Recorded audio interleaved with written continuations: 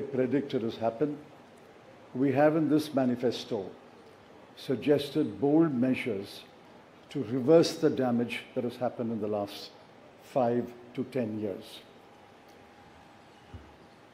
The overall theme of the Congress manifesto is 3 powerful words: work, wealth, and welfare. I shan't take long. I'll explain each word in one sentence. Work means we must create jobs. If anybody had any doubt, read the report of the ILO that was released 10 to 15 days ago.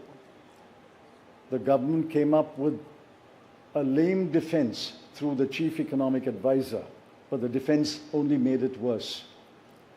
The ILO report shows that unemployment has assumed monstrous proportions in this country. Yesterday, the media carried a report that 30% of the outgoing class in the Indian institutes of technology, the premier institutions of our country, are unemployed. They have not been placed. Jobs, jobs, jobs is a cry everywhere in India. Work encapsulates that section on work. The sections on work encapsulates what we will do to create jobs. The second is wealth. Wealth must be created before it is distributed. On the contrary, the 5 years of the Modi government shows that wages have been stagnant in this country.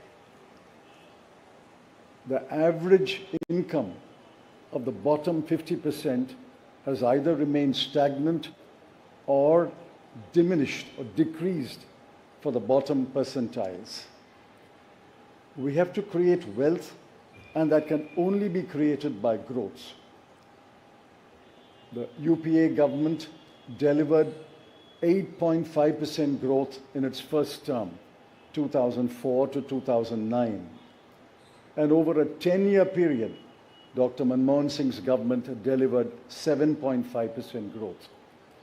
Even the futile attempt by the BJP government to revise the figures made it 6.7%.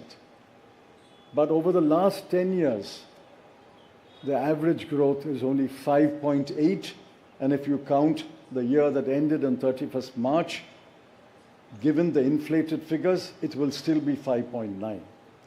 The difference between 7.5 and 5.9 may appear to be trivial, 1.6%, but it's not a trivial difference.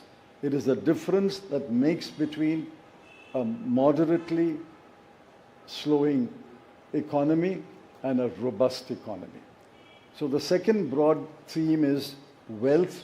We have to create wealth, which means we must have investment, capital investment, private investment, government investment, and foreign investment.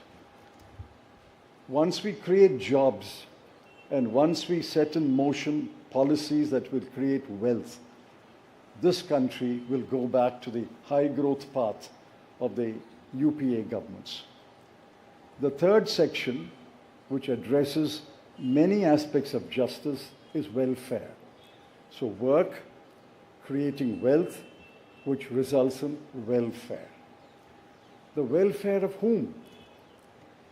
I have always accused the BJP government, the Modi government, is a government of the rich, by the rich, and for the rich. This government is driven only by the interests of the top 1% of this country. But we have to look at the bottom 50%. The bottom of the pyramid, the bottom 50% is as important as those who are well off. And in the bottom 50%, as we go down the ladder, the bottom 20% are extremely poor. It has been estimated that 23 crore people are still poor in this country. UPA government lifted 24 crore people out of poverty. And we promise that if the Congress or a Congress-led government comes to power in 2024, we will lift 23 crore people out of poverty in the next 10 years. That's possible, it's doable, and I conclude by saying the Congress has done it before and we can do it again. I appeal to all of you to spread the message of this manifesto to the nook and corner of this country and ask the people to vote for the hand symbol and to vote for all our allied parties throughout this country. Thank you.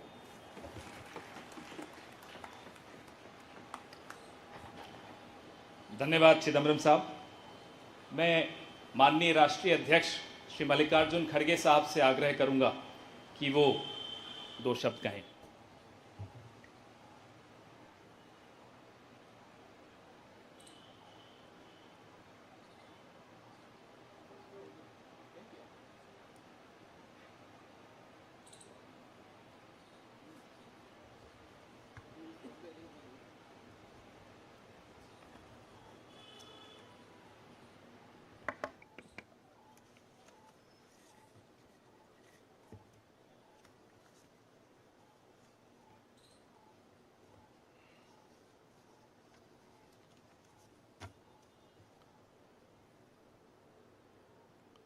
आज हमारे कांग्रेस चुनाव घोषणा पत्र जारी करने के मौके पर कांग्रेस पार्टी के भूतपूर्व अध्यक्ष और हमारे चाहते नेता श्रीमती सोनिया गांधी जी और भूतपूर्व अध्यक्ष श्री राहुल गांधी जी और यहाँ पर पधारे हुए हमारे कांग्रेस पार्टी के सभी नेतागण और खासकर इस जो घोषणा पत्र को तैयार किए श्री पीसी चिदम्बरम जी, केसी वेणुगोपाल जी और सारे वर्किंग कमेटी के मेंबर्स, मीडिया के मेरे दोस्तों, आज मुझे ये भी याद करना है कि बाबू जगजीवन राम का जन्मदिन भी है और जो बाबू जगजीवन राम हमारे पार्टी में बहुत साल तक 1947 से लेकर 1984 तक 1984 तक वो इस पार्टी में रह के काम किए। फिर जो कुछ उनका कंट्रीब्यूशन था, ये बड़ा कंट्रीब्यूशन मिनिस्ट्री में उन्होंने किया। ऐसे दिन आज हम ये घोषणा पत्र गरीबों के लिए हम अर्पित कर रहे हैं। आज भारतीय राष्ट्रीय कांग्रेस के 2024 के लोकसभा चुनाव का घोषणा पत्र जारी किया जा रहा है। इस मौके पर मैं आप सभी का स्वागत करते हुए 22 दिसंबर 2023 को जो चिदम्बरम जी की अध्यक्षता में 16 सदस्यीय कांग्रेस मैनिफेस्टो कमेटी बनी थी और 19 मार्च को CWC ने इसे मंजूरी दी थी। व्यापक जनभागीदारी और संपर्क के बाद हमारा घोषणा पत्र बना है। इसके लिए वेबसाइट आवाज भारत की बनी, जिस पर भी काफ़ी सुझाव मिले। हमारा ये घोषणा पत्र देश के राजनीतिक इतिहास में न्याय के दस्तावेज के रूप में याद किया जाएगा। राहुल जी के नेतृत्व में चली भारत जोड़ो न्याय यात्रा में 5 पिलर्स पर ध्यान केंद्रित किया गया था। यात्रा के दौरान युवा न्याय, किसान न्याय, नारी न्याय, श्रमिक न्याय और हिस्सेदारी न्याय की घोषणा की गई थी। जहाँ कहीं भी हम गए इन न्याय की बात हमने करी थी और इसकी गारंटी भी हमने दी है। इन 5 पिलर्स में से 25 गारंटी निकलते हैं। हर 25 गारंटी ने किसी ना किसी को लाभ मिलने का इसके अंतर्गत यहाँ पर हमारे मैनिफेस्टो में भी है और इसके लिए जो हम पहले से ही करते हुए आए हैं वो भी हमने इसका उल्लेख किया है। मैं कुछ बातें आपके सामने रखना चाहता हूँ। खासकर युवा न्याय के तहत हर शिक्षित युवा की पहली नौकरी अप्रेंटिसशिप के साथ पक्की हो जाए, ऐसी एक गारंटी हम दे रहे हैं। और उसके लिए हम 1 लाख रुपए, उसके लिए हम एक अप्रेंटिसशिप कोर्स करने वालों को खर्च करेंगे और इससे ये फायदा होगा, किसी ना किसी जगह उसको पक्की नौकरी मिलेगी, क्योंकि ये स्किल डेवलपमेंट के तहत और बहुत से इंडस्ट्रीज में इनको काम मिलेगा। नारी न्याय के तहत गरीब परिवार की महिला को सालाना 1 लाख की मदद देंगे। कोई तालियां नहीं बजा रहे, क्या बात है? गरीब परिवार की महिला को सालाना 1 लाख की मदद देंगे और किसान न्याय के तहत किसानों की कर्ज माफी और एमएस की कानून की गारंटी भी हम देंगे। और श्रमिक न्याय, इसके तहत मनरेगा में भी 400 रुपए, ये न्यूनतम कम से कम 400 रुपए मजदूरी दिया जाएगा। हिस्सेदारी न्याय में सामाजिक आर्थिक समानता के लिए हर व्यक्ति और हर वर्ग की गिनती या जाति, जिससे सबको फायदा हो गया, या किसी के फॉर्म में किसी के अगेंस्ट में ये नहीं है कि हालात को समझने के लिए ये जाति जनगणना करेंगे, जैसा कि SC ST की जाति जनगणना होती है। और वैसा ही जो पिछड़े लोग हैं और भी ये अपर कास्ट में भी गरीब लोग हैं, सबकी हालत क्या है ये जानने के लिए हम जाति जनगणना कराएंगे और इसका फायदा हर वर्ग को मिलेगा। हमारे घोषणा पत्र में संवैधानिक न्याय, कॉन्स्टिट्यूशनल जस्टिस खंड में लोकतंत्र बचाओ, भय से मुक्ति से लेकर मीडिया, न्यायपालिका आजादी, भ्रष्टाचार के खिलाफ मुहिम जैसे मुद्दे, कला संस्कृति जैसे विषय भी है। आर्थिक न्याय, इकोनॉमिक जस्टिस खंड में आर्थिक नीतियों, बेरोजगारी, टैक्सेशन और टैक्स रिफॉर्म्स, ये सारी चीजें उसमें हम लाएंगे। इंडस्ट्री और इंफ्रास्ट्रक्चर पर ठोस काम हम करेंगे।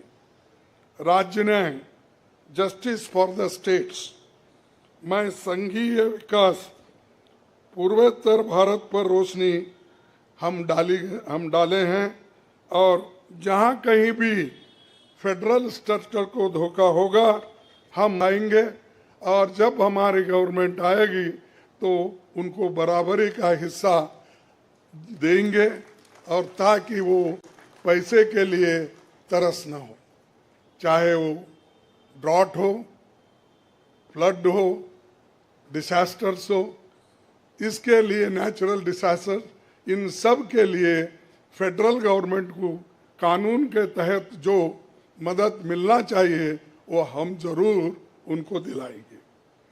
उसी के साथ देश की प्रतीक्षा और आंतरिक सुरक्षा के महत्व को ध्यान में रखकर रक्षा न्याय की भी खंड है, जिसमें विदेश नीति भी है।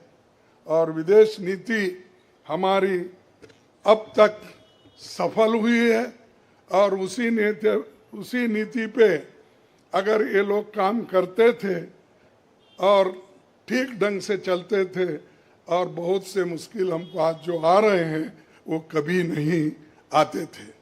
तो इसीलिए हम अपना रक्षा न्याय का देश की रक्षा के लिए पूरा हम काम करेंगे। आखिरी एक महत्व का बिंदु पर्यावरण न्याय भी देंगे। आप सभी से मैं अनुरोध करूंगा कि घोषणा पत्र को बारीकी से देखें, पढ़ के इसमें आपको भविष्य के भारत की शानदार नया तस्वीर दिखेगा और इसके लिए आप ठीक ढंग से आप काम कर सकते हो। आजादी के बाद 1951-52 में चुनावों से राजनीतिक दल घोषणा पत्र जारी करते समय बहुत से दावे करते हैं लोग, पर कांग्रेस हमेशा जमीनी हकीकत पर चलती है। 1951 में पंडित जवाहरलाल नेहरू के नेतृत्व में हमारा जो घोषणा पत्र जारी हुआ उसका नाम था व्हाट कांग्रेस स्टैंड्स फॉर। उसका नाम था व्हाट कांग्रेस स्टैंड्स फॉर। पहले घोषणा पत्र को लेकर ये टिप्पणी की गई थी, no exaggerated claims were made, no ambitious plans to entice public or deceive the electorate had been placed before them. A realistic view of what was capable of achievement and implementation alone was presented. ये पंडित जवाहरलाल नेहरू जी के जमाने में घोषणा पत्र दी थी जो realistic है, जो ग्राउंड लेवल पे हम कर सकते हैं, उसी के बारे में उन्होंने बोला था। किसी को फंसाने के लिए नहीं, झूठ बोलने के लिए नहीं, हम जो भी कहते हैं वो करके दिखाते हैं, ये उनका कहना था। और वही आज भी हम कर रहे हैं, जो कर सकते हैं वही हम इसमें घोषणा पत्र में लिखे हैं। और बहुत से हमारे विद्वानों से भी हम बात किए हैं कि इसमें क्या कर सकते क्या नहीं कर सकते, उनके सलाह के मुताबिक ही आज हमने ये सारी चीज़ें आपके सामने रखे हैं। ये हमारा 139 ईयर्स साल का शानदार इतिहास है। ये देश के सामाजिक आर्थिक विकास की गति को बहुत तेज करेगा। किसानों, मजदूरों और महिलाओं, युवाओं, गरीबों, वंचित तबकों के विकास के जो बंद दरवाजे हम खोलेंगे, क्योंकि एक मोदी सरकार में ये सारे दरवाजे गरीबों के लिए, महिलाओं के लिए, युवाओं के लिए बंद है। हम जब सत्ता में आएंगे ये दरवाजे सब हम गरीबों के लिए खोल देंगे, उनका विकास करेंगे, ये हमारी प्रतिज्ञा है। डॉक्टर मोदी जी, डॉक्टर मनमोहन सिंह के नेतृत्व वाली हमारी यूपीए सरकार की बहुत आलोचना करते हैं, लेकिन उस 10 साल ने हमने मनरेगा,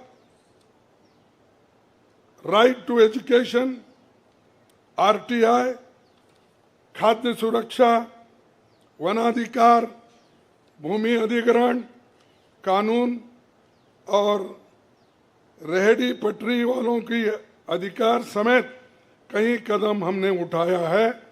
और उसकी जो कर्ता धर्ता है श्रीमती सोनिया गांधी जी यहाँ पर मौजूद है।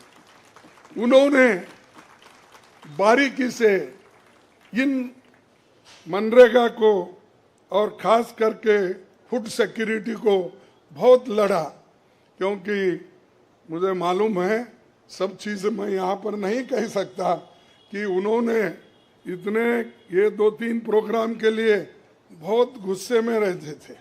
जब तक वो इम्प्लीमेंट नहीं होता तब तक वो खामोश नहीं बैठे और कैबिनेट के लोगों को बोलते रहे थे कि ये क्या हुआ। जब हुआ तब वो भी खुशी मना लिए और हम भी लोग बोले कि भाई ठीक हो गया। और जब बाहर इसका गया कि जो ये मनरेगा का, फूड सिक्योरिटी का और कंपलसरी एजुकेशन का ये जो संदेश बाहर गया, तब लोग सभी खुश होने लगे, सभी बोलने लगे ये बहुत अच्छा यूपीए गवर्नमेंट ने किया, सोनिया गांधी जी ने किया। ये बात बाहर आ गई। इसीलिए ये हमारा जो पहले से गरीबों के लिए वायदे थे वो हम पूरे करेंगे।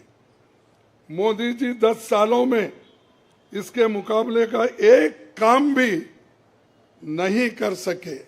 आप बताइए कौन सी ऐसी बड़ी फैक्ट्री जो एम्प्लॉयमेंट क्रिएट कर सकती है, जो नेहरू जी के जमाने में बने वैसे कोई एक बड़े बड़े काम उन्होंने किया है। जिस देश में एक सुई नहीं बनती थी उस देश में पंडित जवाहरलाल नेहरू, इंदिरा गांधी जी ने रॉकेट बनाकर उड़ा कर दिखाया। और बहुत से जो साइंटिफिक योजनाएं थी हमने बनाए। अब मोदी जी के ज़माने में तो गालियां देने का छोड़ के दूसरा तो मैं नहीं सुना। और उसके अगर कोई छुपे हुए काम है तो मेरे को बताओ ताकि मैं भी उसकी प्रशंसा करूंगा। लेकिन आज हम गारंटी जो भी दे रहे हैं हम चंद स्टेट में करके दिखाए हैं। हिमाचल में करके दिखाए, कर्नाटक में करके दिखाए, तेलंगाना में करके दिखाए, जहाँ कहीं भी हमारी सरकार है। और राजस्थान में भी हमने कई नई चीज़ें की, वहाँ भी करके दिखाए। तो ये हम जो कहते हैं, मैं पहले ही कहा, वो हम करते हैं। और हम डरते नहीं करने के लिए, हमारा कितना भी नुकसान हो लेकिन गरीबों के लिए हम करते रहते हैं। ये हमारा पहले से कार्यक्रम है। और मैं चंद बातें इस मौके पर, थोड़ी देर हो गई तो क्षमा चाहता हूँ, मैं चंद बातें आपके सामने रखना जरूरी समझता हूँ। और आज क्या हो रहा है, विपक्षी नेताओं को जेल में बंद किया जा रहा है। चुनाव में सबको समान अवसर नहीं है और कई मुकदमे एक के ऊपर एक, छोटी छोटी। और हमारे पार्टी के ऊपर इतना बड़ा जुल्म किया और इतने हमारे को पेनल्टीज डाले। 3,567 करोड़ रुपए का हमारे ऊपर उन्होंने पेनल्टी डाली। क्या ये लेवल प्लेइंग ग्राउंड है? और ये हमारे ऊपर आज हो रहा, कल मीडिया के ऊपर होगा, मीडिया हाउसेस के ऊपर होगा, सबके ऊपर होगा। तो इसीलिए इसको, इस देश के डेमोक्रेसी को बचाना है, संविधान को बचाना है। इसीलिए हम सब लोग, देश के लोग एक होना चाहिए और लड़ना चाहिए। और जो ऑटोक्रेटिक मोदी साहब है उनको हटाना चाहिए। ये मेरा आपसे विनती है।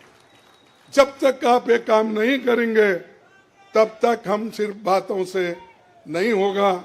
आप लोग घर घर जाके, और हमारी गारंटी कार्ड जो है, इन गारंटी कार्डों को घर घर तक पहुंचाने का काम हमारे कार्यकर्ता करें। जब तक आप घर घर नहीं जाएंगे, वोटर से नहीं मिलेंगे, कुछ भी होने वाला नहीं है। सिर्फ स्लोगन से या मेरे भाषण से कुछ बदलाव होने वाला नहीं। बदलाव होगा तुम जनता से जब मिलेंगे, घर घर जाएंगे, महिलाओं से मिलेंगे, युवाओं से मिलेंगे, और जितने भी हमारे पेरेंट्स हैं, बड़े हैं, उनसे मिलके, किसानों से मिलके आप लोग काम करेंगे, तभी हम कुछ हासिल कर पाएंगे। तो इसीलिए मैं आपसे विनती करूंगा, ये काम हमारा आप करेंगे और इस ऑटोक्रेटिक सरकार को हटाने के लिए आप काम करते रहेंगे। अब बीजेपी का तो ऐसा है, चंदा दो धंधा लो, चंदा दो धंधा लो, कॉन्ट्रैक्ट लो, पैसे दो। तो उन्होंने काम किया और वो कहते हैं कि भ्रष्टाचार मिटाऊंगा। अरे भाई, 25 लोग हमारे बड़े बड़े नेताओं को आपने लिया और 25 नेताओं में 2 को तो एक पूरा एक्सोनरेट किया और 23 लोगों को फिर उनको भी एक्सोनरेट किया। अरे शाह साहब के वॉशिंग मशीन में इतने लोग जो भी जा रहे हैं क्लीन होके आ रहे हैं, और भ्रष्ट लोग तुम्हारे साथ है, बदनाम हमको कर रहे हैं। मेरे पास तो नहीं है ना, मेरे पास जब तक थे तो आपने बोला वो भ्रष्ट है, फिर आप वो क्लीन कैसा हो गए, प्रामाणिक कैसा हो गए, ठीक कैसा हो गए? तो ये खुद ही इधर डराते हैं, उधर सब चोरों को लेते हैं। तो ये मेरा कहना है। इसीलिए आप इस बात को सोचिए, और हम सालों से गरीबों की सेवा करते हुए आए हैं, आगे भी हम करते रहेंगे। और जितने भी उन्होंने काम किया, मैं यहाँ गिनता नहीं, क्योंकि रेलवे में क्या किया, इन्फ्लेशन का क्या किया, अनएम्प्लॉयमेंट का क्या किया, ये सारे अगर बोलते कहूँ तो आप भी थक जाएंगे। तो इसीलिए मैं ज़्यादा नहीं बोलता, आप सबको मालूम है, और हमारे पूरे इलेक्शन मैनिफेस्टो में वो चीज़ वहाँ पर है। इसीलिए आप तमाम को मैं धन्यवाद अर्पित करता हूँ कि आप ऐसे वक्त जो हमको साथ दे रहे हैं, जिस वक्त लोग डर डर के चंद लोग भाग जा रहे हैं। वो डरने वाले कौन है? जो आदमी कुछ चोरी करता है वही डरता है। जो आदमी ठीक है, अपने उसूलों पे खड़ा है, उसको कोई नहीं डराता। अगर डराएगा तो भी वो उसूलों पे ठहरे हुए लोग डरेंगे नहीं। तो इसीलिए हम लोग डरने वाले नहीं। हमारे नेता श्रीमती सोनिया गांधी जी, राहुल गांधी जी, डर उनमें नहीं है, और डर का नाम भी नहीं है, और डर ये शब्द उनके पास नजदीक आता नहीं। वो डर सिर्फ मोदी को है, क्योंकि वो हमारे लोगों को ले लेके 400 पार बोलते फिर रहा है। अरे मणिपुर जैसे एरिया में नहीं जा सके, देश में विदेश में 14 फेरियां लगाए, देश में इलेक्शन का प्रचार सरकारी फंड से किया गया, सरकारी वैन से किया गया, लेकिन मणिपुर वो देखे नहीं। क्यों नहीं गए भाई? आपकी तो 56 इंच की छाती है, आपको डर कुछ भी नहीं है। हाँ, आप जा सकते हैं, लेकिन वहां हमारे नेता राहुल गांधी जी जा सकते हैं लोगों के साथ, आप क्यों नहीं जा सकते? क्योंकि आपको डर है, और डरने वाला आदमी देश की भलाई कभी नहीं करता। बाय चांस आया, अब आगे लोग उसको देखेंगे, और आप भी मजबूती के साथ हमारे साथ खड़े होंगे। इतना ही कहते हुए मेरे 4 शब्द को समाप्त करता हूं। जय हिंद।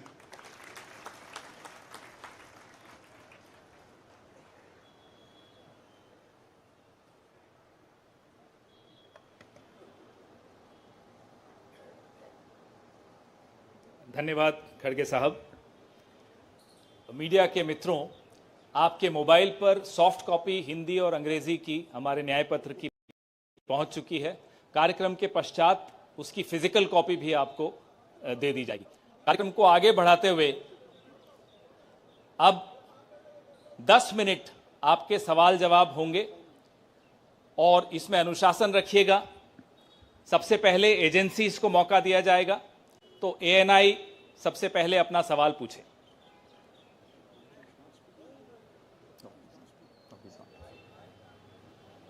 माइक दे दीजिएगा मीडिया के साथियों को।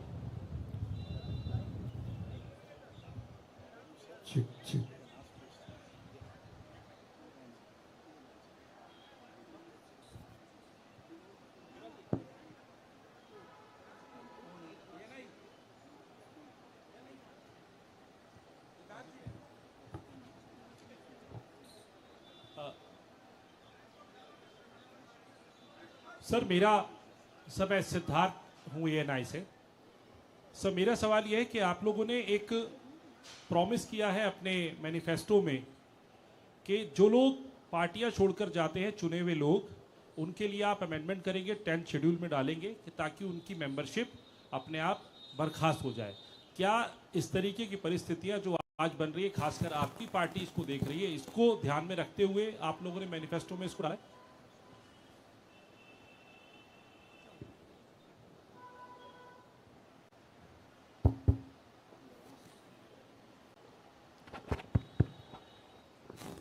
You are asking about the anti-defection law, which is now in the 10th schedule. Over the years, political parties, especially defectors, have exposed the limitations of the 10th schedule. So the 10th schedule has to be amended. Check. What is he saying? The 10th schedule is to be amended. Our position is that moment a defection takes place, he should be instantly disqualified.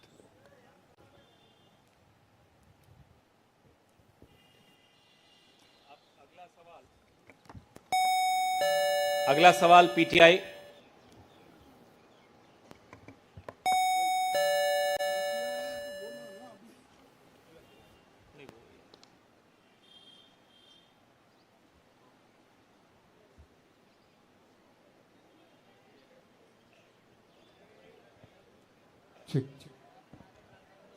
Sir, the focus of the manifesto is on the 25 guarantees that the Congress has already announced. So will this election be a fight between Congress's guarantees and Modi ki guarantee?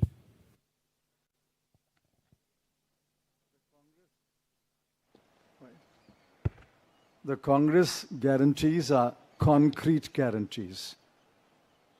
We have spelt out in English and Hindi and in due course in different languages what each guarantee means, what each guarantee will deliver to the people. Mr. Modi's guarantees are only in order to ensure that he is guaranteed a third-term job. Where is the guarantee? What happened to the guarantee of 2 crore jobs? What happened to the guarantee of 15 lakhs in the account of every Indian? What happened to the guarantee of doubling farmers' income? What happened to the guarantee of raising India's GDP to 5 trillion? I can offhand narrate at least 50 such promises of Mr. Modi. Mr. Modi's promises are empty promises. Our 25 guarantees are concrete guarantees.